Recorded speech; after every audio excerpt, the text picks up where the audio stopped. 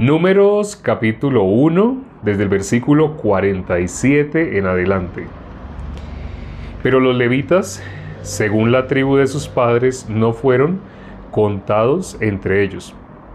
Porque habló Jehová a Moisés diciendo: solamente no contarás la tribu de Leví, ni tomarás la cuenta de ellos entre los hijos de Israel, sino que pondrás a los levitas en el tabernáculo del testimonio, y sobre todos sus utensilios, y sobre todas las cosas que le pertenecen. Ellos llevarán el tabernáculo y todos sus enseres, y ellos servirán en él, y acamparán alrededor del tabernáculo. Y cuando el tabernáculo haya de trasladarse, los levitas lo desarmarán, y cuando el tabernáculo haya de detenerse, los levitas lo armarán, y el extraño que se acercare morirá. Los hijos de Israel acamparán, cada uno en su campamento, y cada uno junto a su bandera por sus ejércitos. Pero los levitas acamparán alrededor del tabernáculo del testimonio, para que no haya ira sobre la congregación de los hijos de Israel, y los levitas tendrán la guarda del tabernáculo del testimonio. E hicieron los hijos de Israel conforme a todas las cosas que mandó Jehová a Moisés, así lo hicieron. Listo, ya. Terminamos el capítulo 1. El capítulo 1. Aquí habla la ordenanza para los levitas. Los levitas no fueron contados, pero ya sabemos por qué. Los levitas fueron apartados para Dios. Y no sé si se acuerdan que Dios había dicho que no se hiciera censo, pero David hizo censo. Yo sé, ahorita algunos pensarán por los versículos que leímos ayer, pero entonces, ¿por qué sí se hizo el conteo de las personas de las otras tribus? Dese en cuenta en qué ocasión dijo Dios que no se hiciera censo. Está hablando Dios de los que fueron apartados para Él. Porque ¿qué dijo Dios? A Abraham, ¿qué le dijo? Que de la multitud no se podrá contar, que será como las estrellas que no se pueden contar, serán como la arena del mar que no se pueden contar. Pero cuando una persona, sabiendo cuál es el pueblo de Dios, quiere contabilizarlos, esa persona está creyendo a la palabra de Dios. No está creyendo. Quiere ponerle un tope, un límite. Pero Dios está hablando en todas las generaciones, en todas las épocas. No se podrán contar. Pero la persona que quiere contar, esa persona está escuchando la palabra de Dios. Puede que la haya escuchado, pero no le interesa. No le interesa la palabra de Dios. Por eso Dios se enojó cuando David quiso hacer un censo. Y dice la Biblia, Satanás incitó a David para que hiciera el censo. Bueno, eso es algo a lo que vamos a llegar más adelante. Por ahora les voy a hacer una pregunta, pero escuchen muy bien. La respuesta, no quiero que me den la respuesta, ¿sí? Por favor, no la vayan a dar. ¿Por qué? Digamos que estamos en el colegio. Si estamos en el colegio y un compañero da la respuesta correcta de una fórmula matemática, todo el mundo va a repetir la misma respuesta como si sí la supiera, pero no, solamente están repitiendo lo que dijo la persona que sabía. La pregunta que les voy a hacer es, ¿sabemos en qué momento hubo un momento específico en el cual los pecados de toda la humanidad pasaron a Jesús? Por favor, no escriban la respuesta, solamente quiero que me escriban quienes sí saben cuál es ese momento y quienes no saben cuál es ese momento. Pero no escriban la respuesta, porque si escriben la respuesta, pues ya las personas que no saben no van a poder decir no sé, sino van a repetir lo que otra persona dijo. Ojo, solamente es decir, si saben en qué momento pasaron los pecados de toda la humanidad a Jesús. Yo lo sé, yo lo sé, yo sé, yo sé, yo sé. No lo sé, no lo sé, yo sé, yo sé, yo sé. Yo lo sé. Eso, yo sé, yo sé, yo sé. Exacto, yo sé, sí sé, sí sé, sí sé. Uy, veo que no lo sé, muy bien, no lo sé. Sí, es válido cualquier. No lo sé, muy bien. Sí, amén, sí, así. No lo sé, muy bien, sí. Sí, sí, yo no sé, excelente, bueno. Lo sé, gracias a Dios. Bueno, ahí, ya. No es necesario que siga. Sí, ya sigo, veo que sí, quienes están. Claro que sí lo sé. Bien. No, no lo sé. Ah, bueno. Veo que más del 90% sí lo sabe. Quiere decir que en ese momento hay muchas personas que muy probablemente ya sean salvas.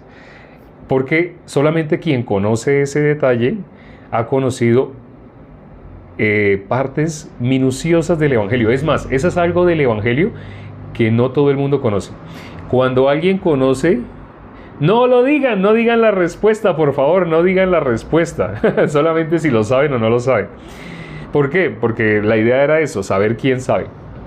No, porque Dios mandó matar a niños, mujeres. Bueno, ya, acuérdense lo que les dije. Bueno, al principio, antes de empezar el en vivo del día de hoy, les advertí que hay preguntas que se van a hacer con alguna intención. Hay alguien que no quiere que se anuncie el Evangelio. ¿Ustedes saben quién es el que no quiere que se anuncie el Evangelio? ¿Me puedo hacer la pregunta de nuevo? Bueno, tranquilo, ya vamos a explicar sobre la pregunta. Entonces, hay alguien que no quiere que se anuncie el Evangelio. Y esa persona que no quiere que se anuncie el Evangelio va a usar a los pecadores. Ahora que acabo de decir a los pecadores, sé que más de uno se asustará. Más de uno, ¿por qué? Porque no todos se van a asustar. Pero hay gente que sí se sorprenderá. ¿Cómo así? ¿Acaso no somos todos pecadores? ¿Qué está hablando de que los pecadores? Luego hay gente que no sea pecadora. En la Biblia habla de iglesia. La iglesia es la congregación de los que Dios ha justificado. Eso es iglesia. Y dice el Salmo 1, no se levantarán los pecadores en la congregación de los justos. ¿Qué quiere decir? La iglesia, la congregación de los justos, no hay pecadores. Si alguien es pecador, esa persona todavía no pertenece a la iglesia. Espero que no se ofendan. La intención no es ofender a nadie.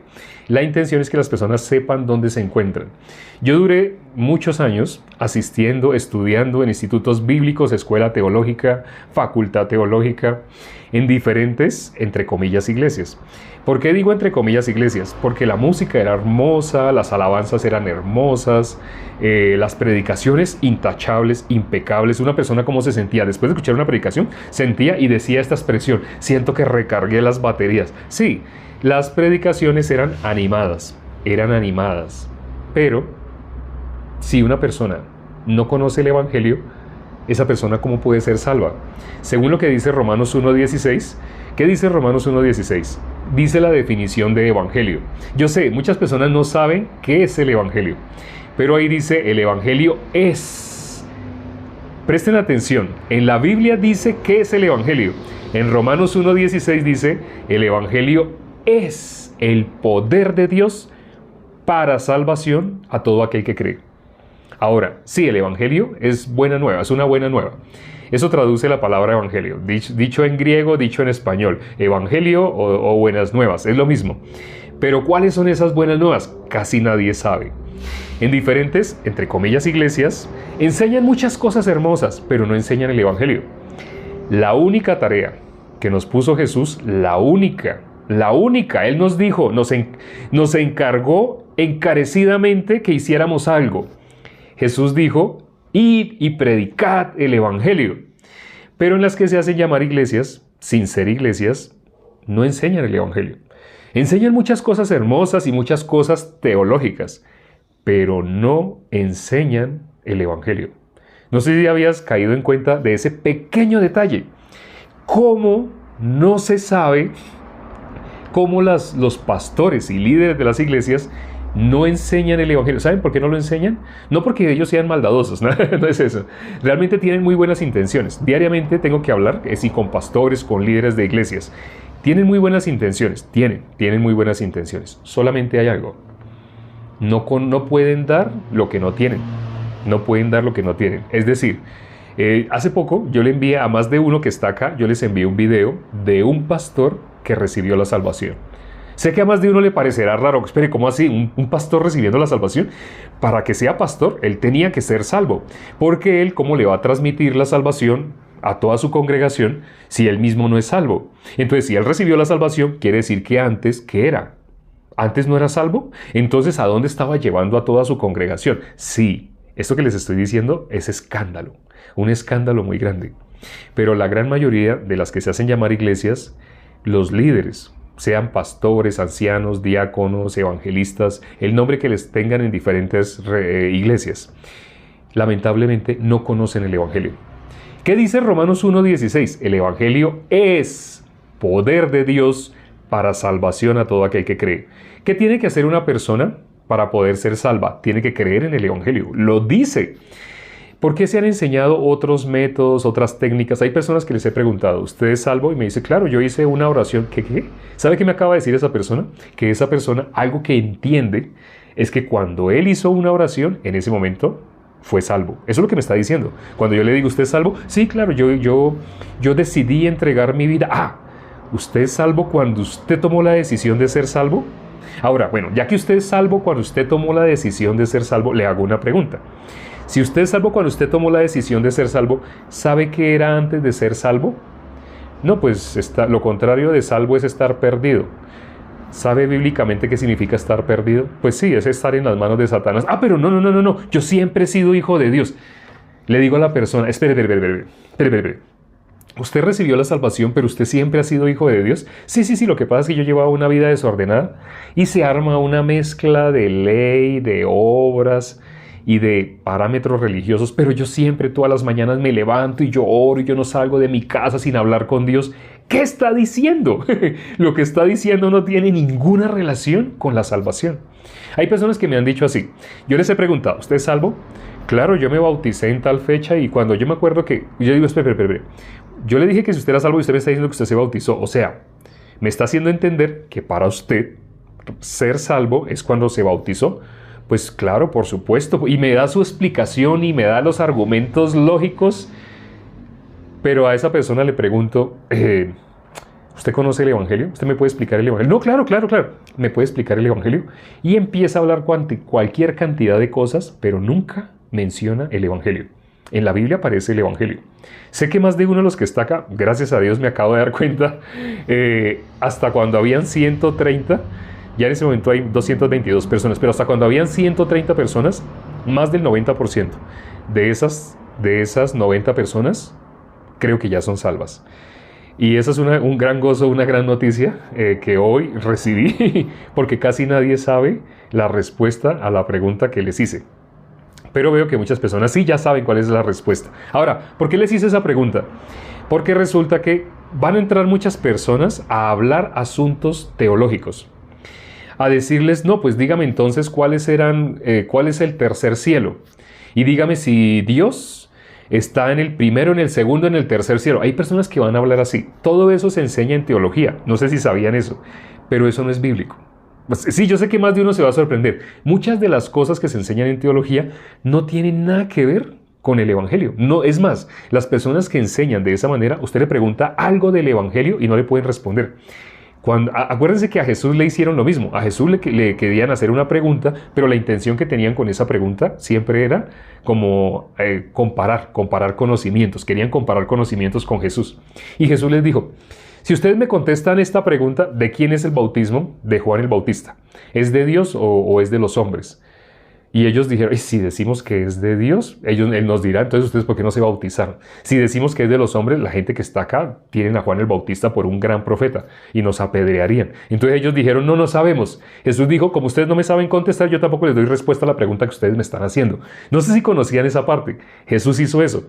Cuando alguien aparezca haciendo preguntas teológicas, preguntas que no tienen nada que ver con el Evangelio, aquí, en este perfil, tenemos únicamente una finalidad, que las personas conozcan el Evangelio. Ya lo vamos a anunciar más adelante. Tengan paciencia. Por ahora les estoy diciendo qué pueden contestar cuando alguien les salga con distractores, con preguntas teológicas. Una persona que sale supuestamente para que una persona salga con preguntas teológicas, la persona se siente que ha aprobado, le dieron un cartón de usted es un teólogo.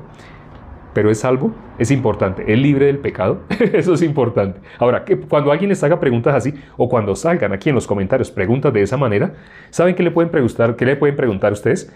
Si tú me dices en qué momento específico pasaron los pecados de toda la humanidad a Jesús, yo también te contesto tu pregunta y notarás que esa persona no va a poder dar respuesta. Porque una persona que no es salva no puede contestar. Por eso me alegró cuando escuché que muchas personas me decían, sí, yo sé. Cuando vi que salía, ¡wow! Sí, increíble. Cada que alguien les diga así, usted no sabe cuántos son Los escalafones entre los sacerdotes, entre el pueblo de los judíos, porque sabemos que los judíos, en la Biblia dice que la salvación viene de los judíos. Sí, Jesús lo dijo. Jesús dijo, la salvación viene de los judíos, efectivamente. Pero hay personas que tomando ese versículo van a empezar a decir, pero o sea que tú tienes que volverte judía, o sea que tú eres, si tú no eres judía, si tú eres cristiana, tienes que convertirte al judaísmo. Ya uno entiende para dónde va esa persona. En ese momento, cuando la persona le salga con cuestiones así teológicas, sí, usted le pueden decir, está bien, yo te contesto la pregunta que me estás haciendo si tú me contestas en qué momento pasaron los pecados de toda la humanidad a nuestro Señor Jesucristo. Si tú me dices en qué momento, yo también te contesto tu pregunta. Y la persona, ojalá que esa persona te haga la pregunta, pero ¿qué importancia tiene saber en qué momento pasaron? ¿Qué importancia tiene? ¿Sabe qué importancia tiene? La salvación de alguien depende de que conozca esta parte específica del Evangelio. Porque ese es el punto más importante del Evangelio. Ese es el punto más importante del Evangelio. Terminamos de leer la ley. Bueno, no la hemos terminado porque todo el Pentateuco está lleno de la ley. Bueno, digo todo el Pentateuco, pero en la Biblia dice claramente que en Gálatas 3:19, vamos a mirar Gálatas 3:19. Gálatas 3:19. Ahí dice la palabra que la ley, antes de que existiera la ley, había pecado en el mundo. No sé si conocían. Pero bueno, lo que dice Gálatas 3:19 es otra cosa. Gálatas 3:19. Gálatas 3:19. Lo que dice Gálatas 3:19 es otra cosa, es otro punto de la ley, muy importante. Dice el versículo 19. Entonces, ¿para qué sirve la ley? Presten atención. ¿Para qué sirve la ley? Fue añadida a causa de las transgresiones. Dice fue añadida. ¿Saben por qué dice fue añadida? Porque hubo un punto también en la historia, un punto en el cual la ley ingresó. Antes, dice la Biblia, antes de la ley había pecado en el mundo. Quiere decir, había un punto en el cual no había todavía ley, pero ya había pecado en el mundo. Sé que esto, sobre todo las personas que más abrazan la ley, ay, pero ¿qué debemos hacer? ¿Qué debemos hacer? Debemos obedecer. Y cuando las personas dicen debemos obedecer, ¿sabe qué están diciendo? ¿Con qué corazón están diciendo debemos obedecer? Están diciendo debemos hacer, ¿qué debemos hacer? ¿Qué debemos hacer? Tienen el corazón en sus obras. Tienen el corazón en la palabra de Dios, en la gracia o en sus obras. En sus obras. Por eso están interesados es que nosotros debemos obedecer. Esa persona quiere que usted le pregunte, ¿usted a qué hora se levantó? Yo me levanté hoy a las 3 de la mañana. Me levanté a las 3 de la mañana y pues todos los días es una costumbre que tengo de hablar con Dios. Lo que quiere esa persona es hablar de sus obras. Por eso le está diciendo debemos obedecer, debemos obedecer. En ese sentido está hablando, sí, bíblicamente debemos obedecer, pero no se refiere a la ley. Quienes están en la ley ven la palabra obedecer como igual que las personas que gritaron, crucifícale, crucifícale, crucifícale. Igual que esas personas. Ellos interpretaban obedecer, debemos hacer. ¿Cómo se acercaban a Jesús? ¿Qué pregunta le hacían a Jesús? Maestro bueno, ¿qué bien haré para heredar la vida eterna? ¿Qué le tuvo que decir Jesús? Primero que todo, ¿usted por qué me llama maestro? Sí. Maestro bueno. ¿Usted por qué me llama maestro bueno? Porque bueno solo hay uno, que es Dios. Ninguno hay bueno. Es más, Jesús hizo esa frase. La frase que tortura a más de uno, a más de un religioso. Religioso me refiero a personas que no son salvas, pero que hacen muchas cosas como los que estaban alrededor de Jesús. Los que estaban alrededor de Jesús en esa época eran personas que hacían muchas cosas religiosas. Pero Jesús, ¿qué les dijo? ¿Qué les dijo en Juan capítulo 8, versículo 44? Vosotros sois de vuestro padre el diablo. Así les dijo Jesús. Y no porque Jesús estuviera de mal genio. Jesús les estaba diciendo realmente lo que ellos eran. ¿Qué dice acá este versículo que acabamos de leer? Dice, la ley se introdujo, ¿cierto? Así dice, la ley se introdujo. Pero sigamos leyendo el versículo 19. Dice, ¿para qué sirve la ley? Fue añadida a causa de las transgresiones. Bueno, donde dice que se introdujo fue en Romanos 5:20, que lo leímos ayer. Aquí dice, la ley fue añadida a causa de las transgresiones hasta que viniese la simiente. Algunos ya saben a qué se refiere cuando dice hasta que viniese la simiente. Hay otros que no saben, pero hay otros que no saben y que en ese momento pueden estar divagando en otras cosas que les parece que son más importantes. Pero es importante, si una persona no sabe algo, es importante que preste atención. Aquí dice, hasta que viniese la simiente a quien fue hecha la promesa. y fue ordenada por medio de ángeles en mano de un mediador. Ahora, aquí dice, y el versículo 20, y el mediador no lo es de uno solo, pero Dios es uno. Bueno, está hablando de un mediador que no es Dios. Dice que los ángeles, la ley, dice acá, la ley fue ordenada por medio de ángeles en mano de un mediador. Pero ya miramos, al leer el versículo siguiente, está hablando de un mediador diferente a Dios. Juan capítulo 1, versículo 1 dice, en el principio era el verbo era con Dios, el verbo era Dios. El verbo era con Dios y el verbo era Dios. A nuestro punto de vista, usando la lógica humana, no podemos entender cómo en la Biblia puede decir el verbo era con Dios y cómo a la vez en el mismo versículo puede decir el verbo era Dios. Para nosotros o es con Dios o es Dios. Pero para nosotros no tiene lógica que diga que el verbo era con Dios y que el verbo era Dios. Algo en nuestro cerebro como que se trunca en ese momento, como dice, no puedo entender por qué dice de esa manera de que el verbo era con Dios y el verbo era Dios. Pero tengan paciencia, el hombre no va a poder entender el corazón de Dios, a menos que tenga el Espíritu Santo. Mientras no tenga el Espíritu Santo, va a tratar de decir, sí, yo todo eso lo sé, sí, yo eso lo sé, yo eso lo sé. Y cuando usted habla directamente con esa persona, se da cuenta, no, cree que está diciendo todo lo sé. ¿Con qué corazón? Arrogante, únicamente con un corazón de querer jactarse, pero no con un corazón humilde. Y bíblicamente dice que Dios se resiste ¿a quién? A los soberbios. El corazón de Dios, ¿con quién está? Con los humildes. ¿Qué diferencia hay entre un soberbio y un humilde? El humilde puede recibir. El soberbio argumenta y argumenta y argumenta, y ante cualquier explicación que tú le des, sí, yo eso siempre lo he sabido, ¿no? Eso siempre lo he sabido, yo eso lo sé. Todo lo recibe como si fuera de él. ¿Quién es el que tiene ese corazón de coger todas las cosas que no son de él, que son de Dios, como si fueran de él? Satanás tiene ese corazón. Aquí acabamos de leer que la ley fue ordenada por ángeles en manos de ¿quién? De un mediador. Por medio de ángeles en manos de un mediador. Ahora, ya saben quién es ese mediador. Hago esta pregunta.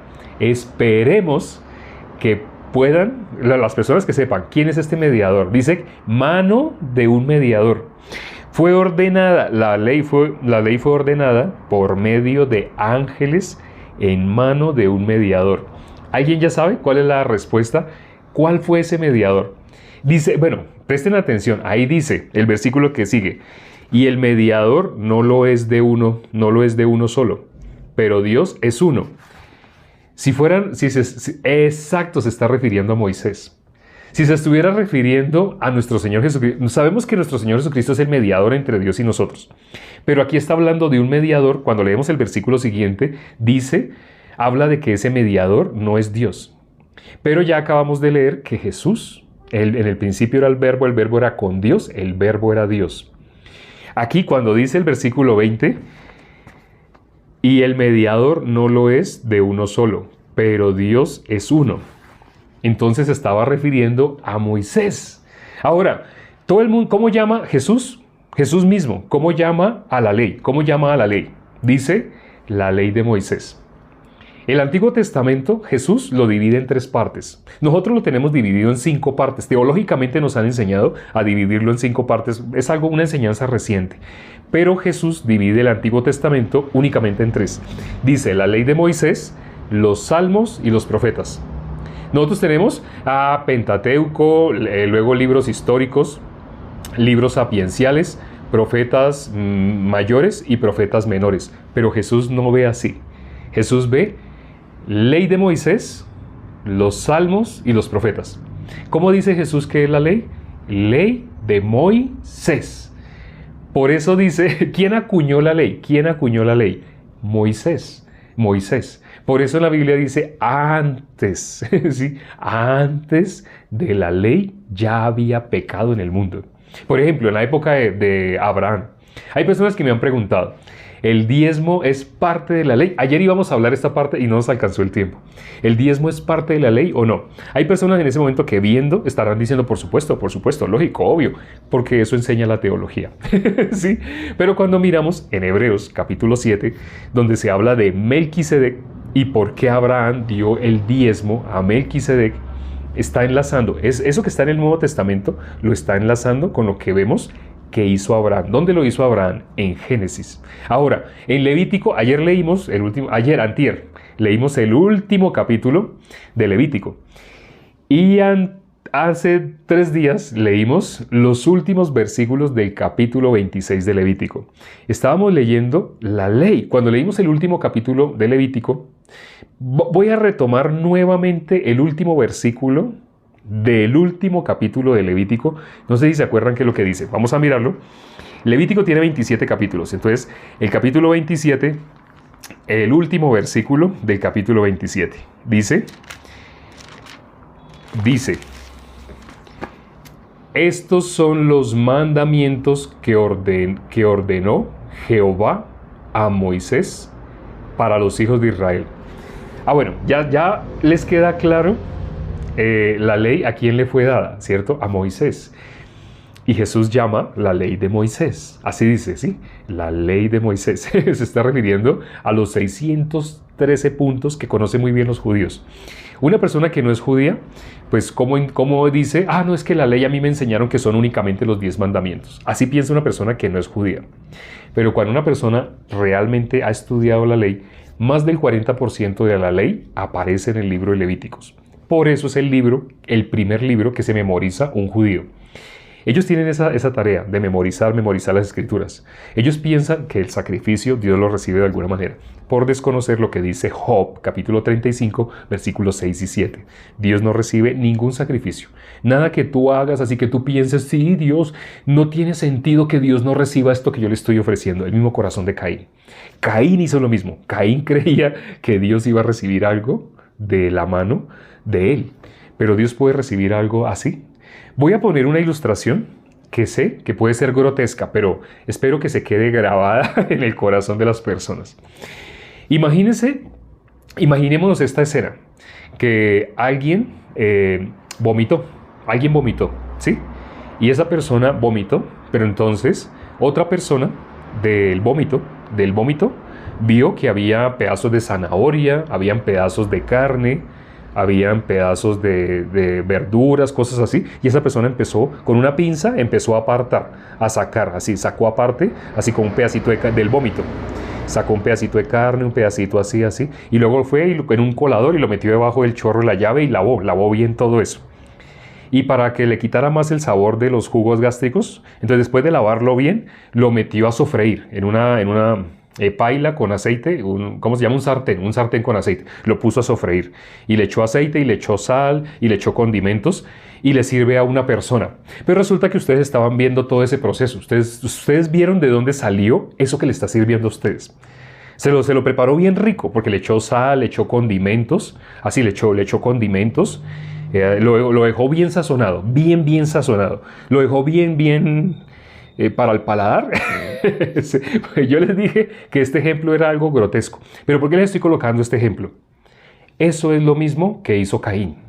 Eso es lo mismo que hace cualquier persona que pretende ofrecerle sus sacrificios, su esfuerzo, su dedicación. Dios tiene que tener en cuenta que yo todos los días me levanto a las 3 de la mañana.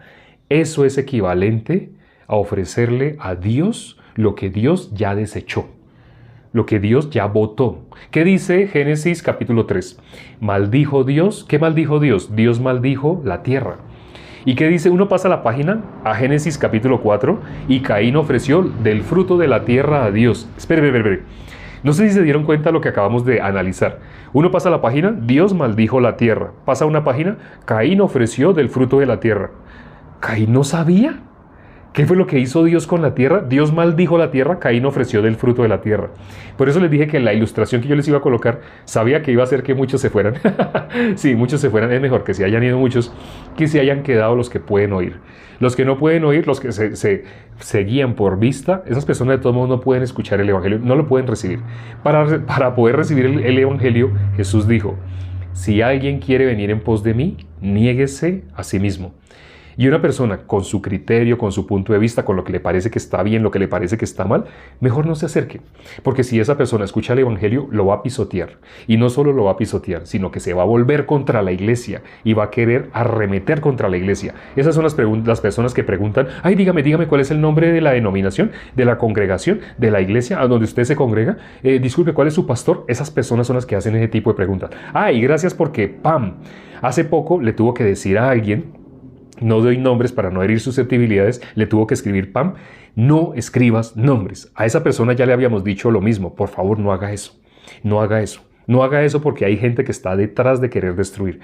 El verdadero evangelio es perseguido. En la época de nuestro Señor Jesucristo, ¿por qué persiguieron a nuestro Señor Jesucristo?